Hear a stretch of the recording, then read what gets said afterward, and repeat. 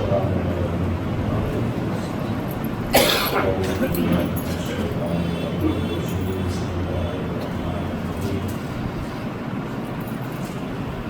روزے کی قضا و کفارہ.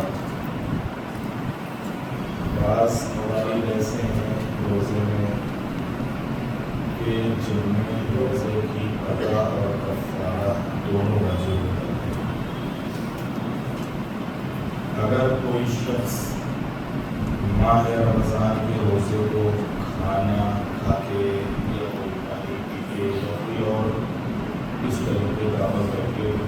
جو مبتلا کے روزہ میں شمار ہوتا ہے جس سے روزہ باقی ہو جاتا ہے، یا ہم بستری کر کے یا استمنا کر کے یا جنابت پر باقی رہنے کی وجہ سے باقی کرے، جبکہ جبر اور ناشاری کی بنا پر نہ ہو، مشغولی کی بنا پر نہ ہو، کسی نے کوئی جبر بھی نہ کیا ہو تو وہ کرنا ہی پڑے گا، بلکہ عمداً اس نے خود جان بوجھ کر اور آزاد اختیار کے ساتھ اگر کوئی ایسا عمل انجام کیا ہے تو اسے چاہیے کہ وہ قضا کے علاوہ کفارہ بھی دے.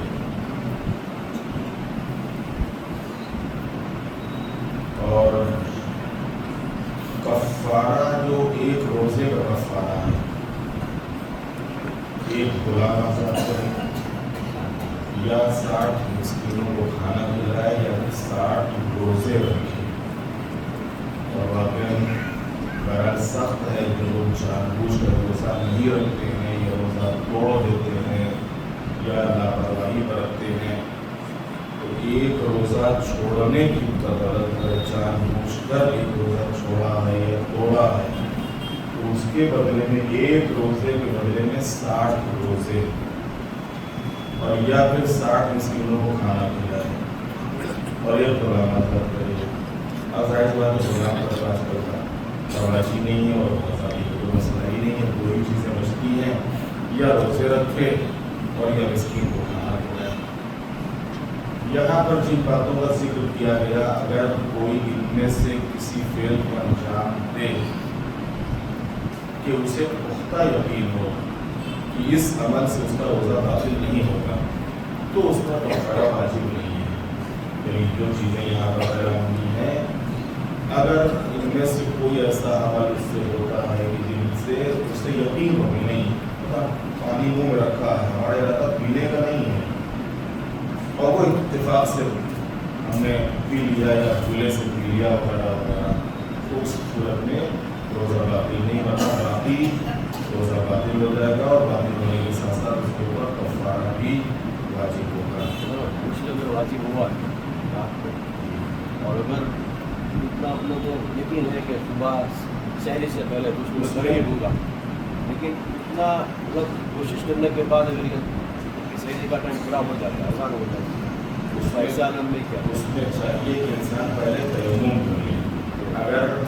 انسان کی دیر سے آنکھ کھلی اور وقت کم ہے تو یہاں کا اگر غسل کرنے کے لیے جائے گا تو اذان ہو جائے گی، تو اس کو چاہیے کہ پہلے تیمم کر لے اور تیمم کرنے کے بعد پھر غسل کرنے کے لیے جائے تاکہ اس کا روزہ صحیح ہو جائے. اور یہ غسل اذان کے بعد بھی اگر یہ اذان کے درمیان میں ہوتا ہے تو کوئی فرق روزے کے اوپر نہیں پڑے گا. ماہ رمضان کا روزہ توڑنے کے کفارے کے طور پر ضروری ہے کہ انسان ایک غلام آزاد کرے یا ان احکام کے مطابق جو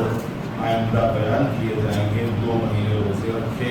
یا 60 مسکینوں کو پیٹ بھر کر کھانا کھلائے یا ہر فقیر کو ایک مد یعنی 750 کلو گرام جو یا گیہوں وغیرہ، اور اگر یہ افعال انجام دینا اس کے لیے ممکن نہ ہو تو جتنا ممکن ہو سکے تو صدقہ وغیرہ دے اور توبہ اور استغفار کرے. جو شخص ماہ رمضان کے روزے کے کفارے کے طور پر 2 مہینے روزہ رکھنا چاہے اس کو 31 دن تک کنٹینیو رکھنا اور پھر وہ چھوڑ پکڑ کے روزہ یعنی ایک روزے کے بدلے میں 31 دن کنٹینیو اور باقی 29 دن اگر وہ چاہے تو چھوڑ پکڑ کے روزہ رکھ سکتا ہے، لیکن 2 مہینے کنٹینیو 2 مہینے کا روزے اگر روزے دار ایک ایسے شخص کے کہنے پر جو کہے کہ مغرب کا وقت ہو گیا ہے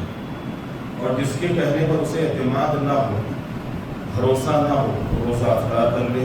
اور بعد میں پتہ چلے کہ مغرب کا وقت نہیں ہوا تھا یا شک کرے کہ مغرب کا وقت ہوا یا نہیں، تو اس پر قضا اور کفارہ دونوں واجب ہو جاتے ہیں۔